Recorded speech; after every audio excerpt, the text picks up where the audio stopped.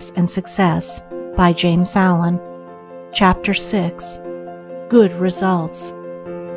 A considerable portion of the happenings of life comes to us without any direct choosing on our part, and such happenings are generally regarded as having no relation to our will or character, but as appearing fortuitously, as occurring without a cause. Thus one is spoken of as being lucky and another unlucky, the inference being that each has received something which he never earned, never caused. Deeper thought and a clearer insight into life convinces us, however, that nothing appears without a cause, that cause and effect are always related in perfect adjustment and harmony. That being so, every happening directly affecting us is intimately related to our own will and character, is indeed an effect justly related to a cause having its seat in our consciousness. In a word, involuntary happenings of life are the results of our own thoughts and deeds. This, I admit, is not apparent on the surface, but what fundamental law, even in the physical universe, is so apparent?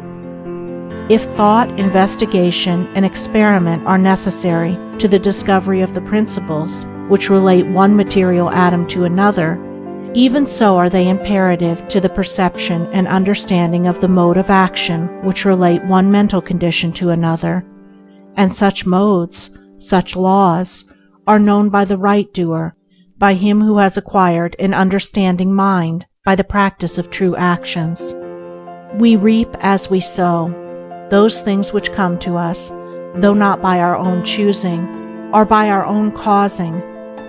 The drunkard did not choose the delirium tremens or insanity which overtook him, but he caused it by his own deeds. In this case the law is plain to all minds, but where it is not so plain, it is none the less true. Within ourselves is the deep-seated cause of all our sufferings, the spring of all our joys. Alter the inner world of thoughts, and the other world of events will cease to bring you sorrow. Make the heart pure, and to you all things will be pure, all occurrences happy and in true order. Within yourselves deliverance must be sought. Each man his prison makes. Each hath such lordship as the loftiest ones. Nay, for with powers above, around, below, as with all flesh and whatsoever lives, act maketh joy or woe. Our life is good or bad, enslaved or free, according to its causation in our thoughts. For out of these thoughts spring all our deeds, and from these deeds come equitable results. We cannot seize good results violently, like a thief, and claim and enjoy them, but we can bring them to pass by setting in motion the cause within ourselves. Men strive for money, sigh for happiness, and would gladly possess wisdom, yet fail to secure these things, while they see others to whom these blessings appear to come unbidden. The reason is that they have generated causes which prevent the fulfillment of their wishes and efforts. Each life is a perfectly woven network of causes and effects, of efforts or lack of efforts, and results, and good results can only be reached by initiating good efforts, good causes. The doer of true actions, who pursues sound methods, grounded on right principles, will not need to strive and struggle for good results. They will be there as the effects of his righteous rule of life. He will reap the fruit of his own actions, and the reaping will be in gladness and peace. This truth of sowing and reaping in the moral sphere is a simple one, yet men are slow to understand and accept it. We have been told by a wise one that the children of darkness are wiser in their day than the children of light. And who would expect, in the material world, to reap and eat where he had not sown and planted? Or who would expect to reap wheat in the field where he had sown tares, and would fall to weeping and complaining if he did not? Yet this is just what men do in the spiritual field of mind and deed.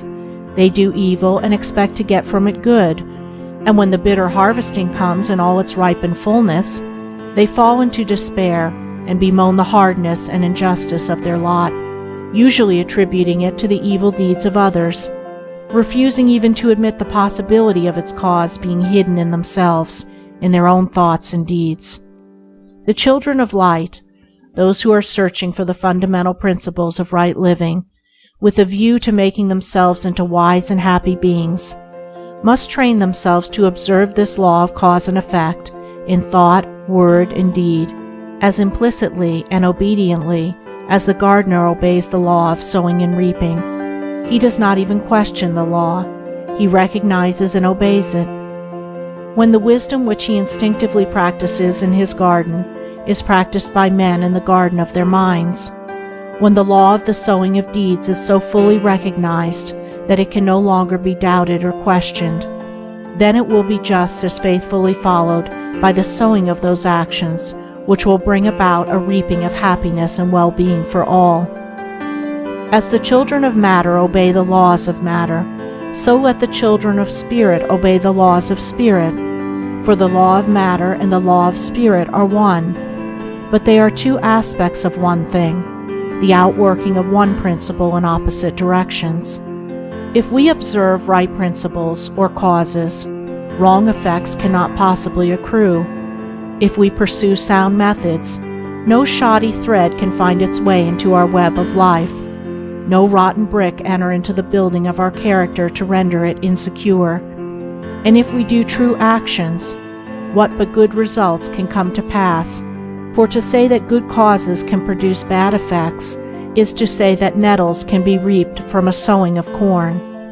He who orders his life along the moral lines thus briefly enunciated will attain to such a state of insight and equilibrium as to render him permanently happy and perennially glad. All his efforts will be seasonally planted. All the issues of his life will be good. And though he may not become a millionaire, as indeed he will have no desire to become such, he will acquire the gift of peace, and true success will wait upon him as its commanding master. End of Chapter 6. Recording by Andrea Fiore. www.andreafiore.name. End of Foundation Stones to Happiness and Success by James Allen.